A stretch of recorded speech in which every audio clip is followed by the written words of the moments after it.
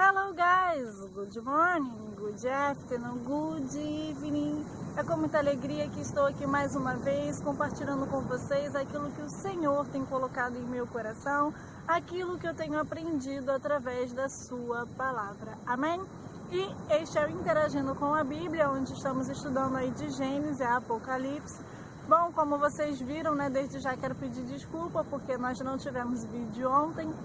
Mas ontem foi o aniversário do meu sobrinho e eu não tive tempo para estar aí gravando, né?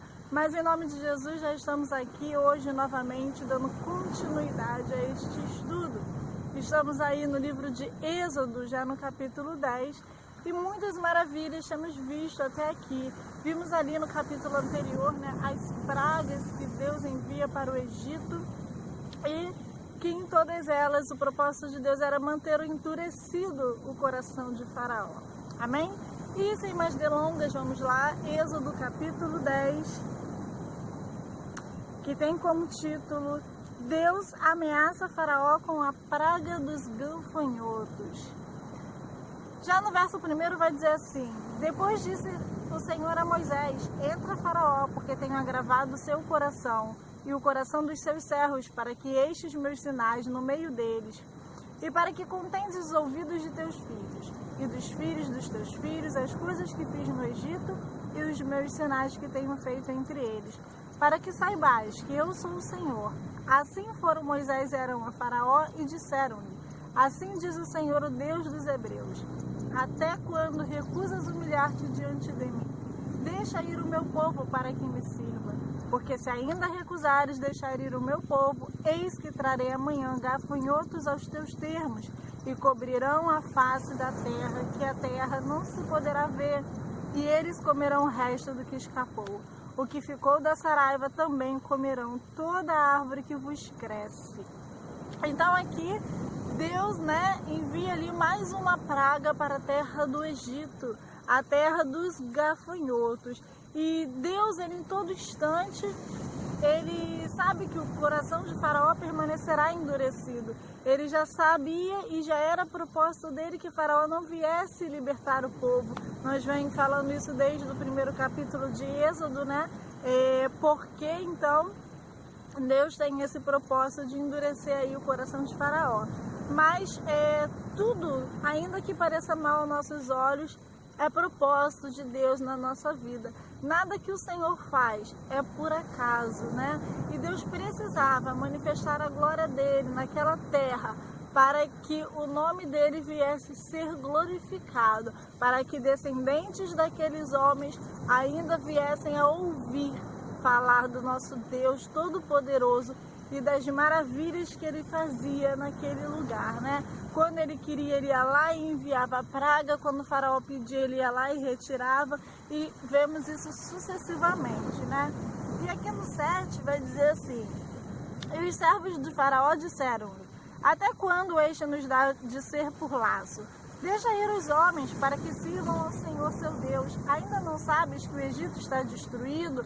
Aqui os egípcios começaram ali a clamar a Faraó para que deixassem aqueles homens ir, porque eles já não estavam aguentando mais.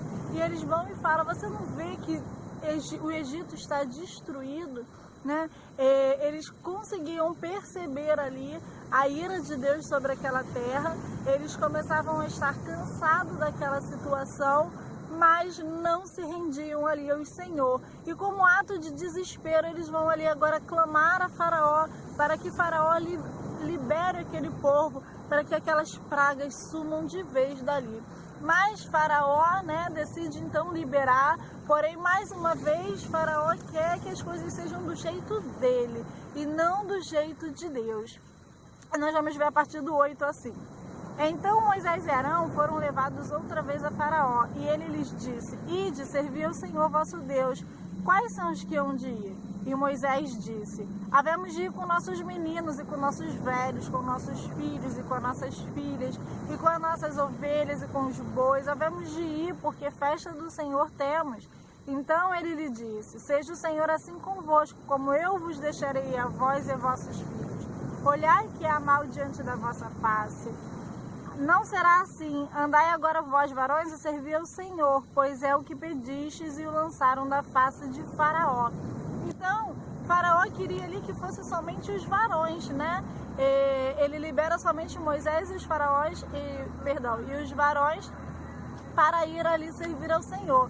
Mas Deus queria que fosse todo o povo de Israel, inclusive seus gados, seus bois. Deus não estava ali desamparando o povo dele, né? Deixando as riquezas daquele povo para o Egito, porque esse não é o Deus em que nós conhecemos e nós servimos, né?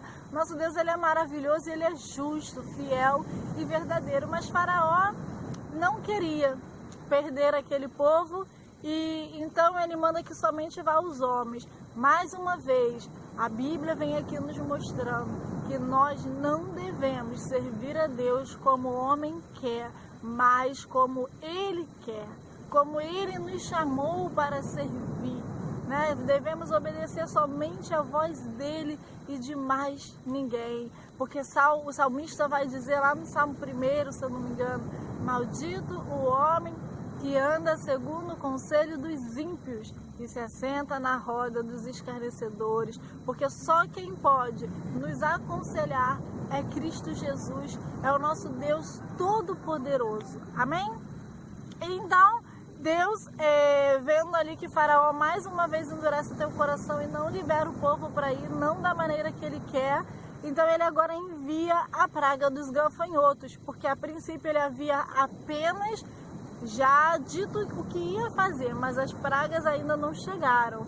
E ali chegaram-se então os gafanhotos e comeram tudo que sobrejaram daquela terra, sem deixar nenhuma verdura, nenhum nada, né? Nós vamos ver aqui a partir do 12. Então disse o Senhor a Moisés: estende a tua mão sobre a terra do Egito, para que os gafanhotos venham sobre a terra do Egito e comam toda a terra da terra e tudo o que deixou a saraiva. Então estendeu Moisés sua vara sobre a terra do Egito, e o Senhor trouxe sobre a terra um vento oriental, todo aquele dia e toda aquela noite. E aconteceu que pela manhã o vento oriental trouxe os gafanhotos. E viram os gafanhotos sobre toda a terra do Egito, e assentaram-se sobre todos os ermos do Egito. Muito gravosos foram, antes destes nunca houve tais gafanhotos, nem depois deles viram outros tais. Então ali Deus envia mais uma praga, mais forte, né, do que as outras. A palavra vai dizer que ninguém nunca viu tanto gafanhoto como naquele dia, desde a fundação do Egito, né? Quando a Bíblia fala isso, ela quer nos relatar assim a densidade, a gravidade que foi aquela praga, né? E no 16 vai dizer assim: então Faraó se apressou a chamar Moisés e Arão e disse: pequei contra o Senhor vosso Deus e contra vós. Agora, pois, peço-vos que perdoeis o meu pecado somente desta vez, e que oreis ao Senhor vosso Deus, que tire de mim somente esta morte. E assim Deus faz, né? Moisés sai ali da presença de Faraó, clama ali ao Senhor que perdoe ali o erro de Faraó, que retire aquelas pragas, e Deus maravilhoso, misericordioso, atende ali o chamado mais uma vez de Moisés e retira aquela praga. Porém, nosso teimoso Faraó permanece com seu coração endurecido.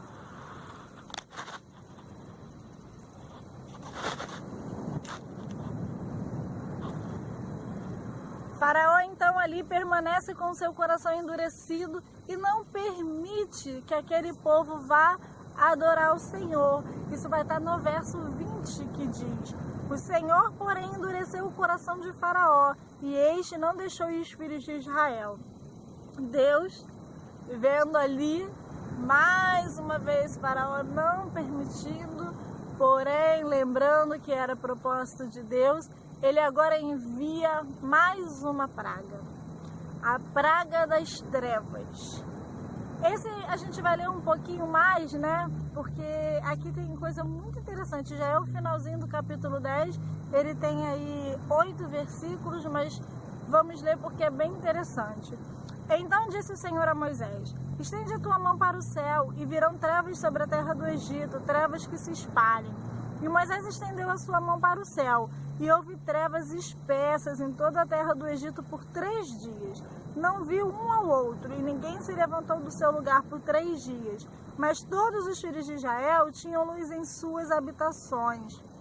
Mais uma vez, Deus está ali guardando os seus, né? Apenas os egípcios estavam na escuridão e não viam-se uns aos outros. Mas o povo de Israel, como desde o início das pragas, estavam ali separados em Gozém, né? E eram ali prevenidos daquele mal que Deus lançava sobre aquela terra. Então Faraó chamou a Moisés e disse: Ide, servi ao Senhor, somente fiquem vossas ovelhas e vossas vacas, vão também convosco as vossas crianças. Moisés, porém, disse: Tudo também darás em nossas mãos, sacrifício e holocaustos que ofereçamos ao Senhor nosso Deus. E também o nosso gado há de ir conosco, nem uma unha ficará, porque daquele havemos de tomar para servir ao Senhor nosso Deus, porque não sabemos com que havemos de servir ao Senhor, até que cheguemos lá. Então, mais uma vez, Faraó interessado ali no gado daquele povo, né, diz: olha, vai com as crianças, mas os gados e as vacas ficam. E Moisés fala: não podemos, até porque eles serão oferecidos ali em sacrifício a Deus, né? E nós não sabemos o que Deus vai escolher, o que Deus vai pedir. Deus mandou ir tudo e todos, então temos que ir tudo e todos. É também o nosso... E aqui no 27... O Senhor, porém, endureceu o coração de Faraó, e este não o quis deixar ir. E disse-lhe Faraó: Vai-te de mim e guarda-te que não mais veja o meu rosto, porque no dia em que vires o meu rosto morrerás. E disse Moisés: Bem dissestes, eu nunca mais verei o teu rosto. Então ali, né, Faraó continua com o coração endurecido, expulsa Moisés ali da presença dele, mas não faz a vontade do Senhor, não obedece o que o Senhor diz. Irmãos, eu acredito que já tenha dito isso em outros vídeos, ainda nessa parte das pragas, mas o que me chama mais a atenção é que todo instante Deus dizia que o propósito dele era endurecer o coração de Faraó, apenas de Faraó. Os egípcios ali em geral, eles tinham a oportunidade de reconhecer Deus, de se converter aos caminhos do Senhor, mas eles continuavam insistindo em adorar o homem e não ao Deus vivo.